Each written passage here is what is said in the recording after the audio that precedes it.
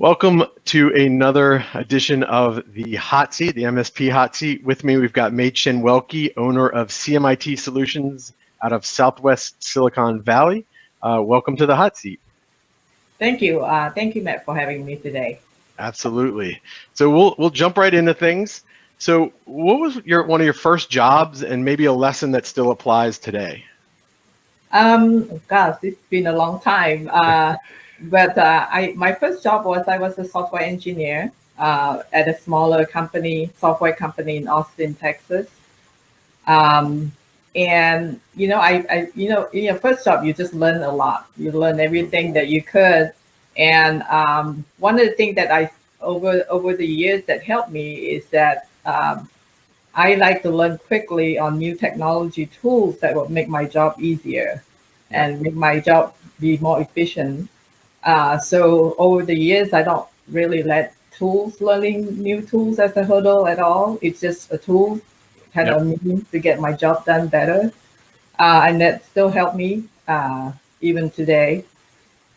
And the other thing I've learned too is to just go the extra mile, a little more than what people expect of you, always, and be consistent, and that can help you go a long way.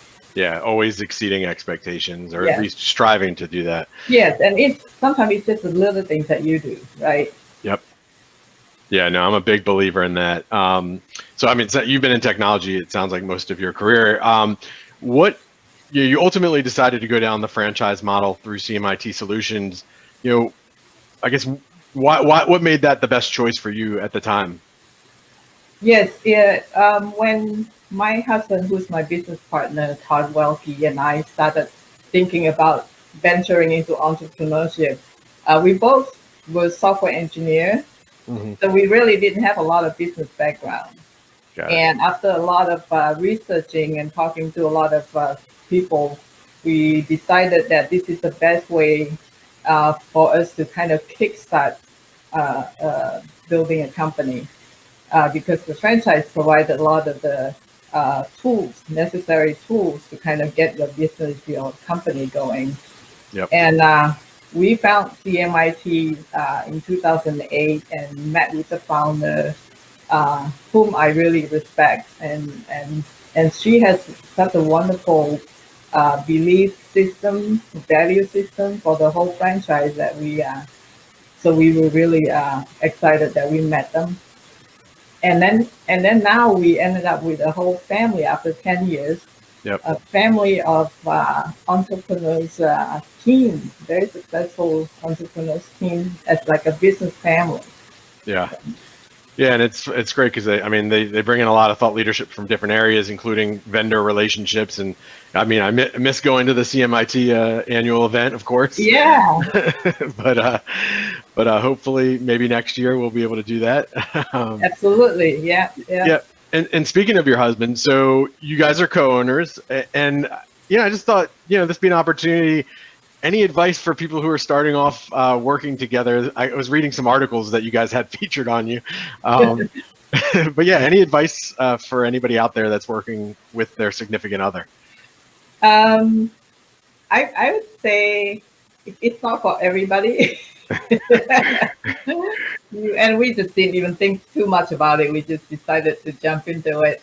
I would say that you should think about you kind of understanding each other's strengths and interests, and kind of carve out the job and responsibilities based on that. And you don't always agree, and that's a lot of what you have to work through. And it's a new experience every day. Yeah. So when you're at the dinner table, though, is it hard to not talk shop? We try not to, but we have 2 kids, and we try to focus on their school and what's going on. So at dinner table. That makes sense. So one of the things I was doing when I was looking at research on your background, so you've been active in a lot of outside adventures outside of the MSP, and you've actually become an advisor for Women's Startup Lab. And kind of 2 questions, like tell us a little bit about the Startup Lab, but I also noticed from talking to you before, it's so important. You're very passionate about, making sure women and girls, who are growing up right now, are more involved in IT. So maybe talk a little bit about that. Yeah, and so I supported Women's Startup Lab because I got to meet the founder Ari Tori. Really admire her mission of trying to help women entrepreneurs get off the ground, get the proper support system, and then be able to raise funding for their startup. Um, and I also along the way met a lot of really wonderful people, women that are some that are very successful in already selling their startup. Um, so it was a great experience for me, and being able to just give back and contribute to the communities here. Um, I also another thing I was doing is more. I've been on the board of Industry Council for Small Business Development. I've been on the board for the last 5 years as the CIO. Uh, Also, again, working with a lot of diverse business suppliers, getting development, being able to grow as business owners, and being able to obtain the contracts from larger firms. Wow. Now, talking about girls and women in technology, I was fortunate enough to have my parents who support me and provide me the opportunity to get higher education. I was the first college graduate in our family, and with computer science degree from UT Austin. So I remember back in college day, there were only a handful of us, right, in the computer Right. lab. And so I've been used to working in a kind of male-dominated field. And over the years, I really like to see more and more women in the field, and Yep. like to see more girls getting that opportunity, even at school, and not getting kind of discouraged from pursuing it. Yep. So that's the part that I'm passionate to see more change and more improvement. That's great. By the way, my wife is a graduate of UT as well. Oh, Very you cool. too long on. Yeah, exactly. Last question on the hot seat. So, I've noticed you also participate on a lot of thought leadership panels. And I guess, as an SMB owner, why has that been so important from a networking purpose, to be out there and speaking on those panels? I both my husband and I've learned last 10 years that it's important for us to be out there and have our name out there to gain credibility and for branding as well. Yep. So we both participate in a lot of organizations here in the community for networking, for contributing to basically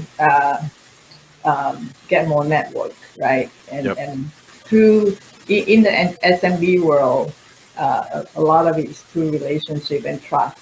Yes. And we would like to establish credibility, being the trusted technology advisor for our clients. Absolutely. Yes, and just like in the corporate world, it's the same in the SMB world. You still have to kind of, gain credibility. Mm-hmm.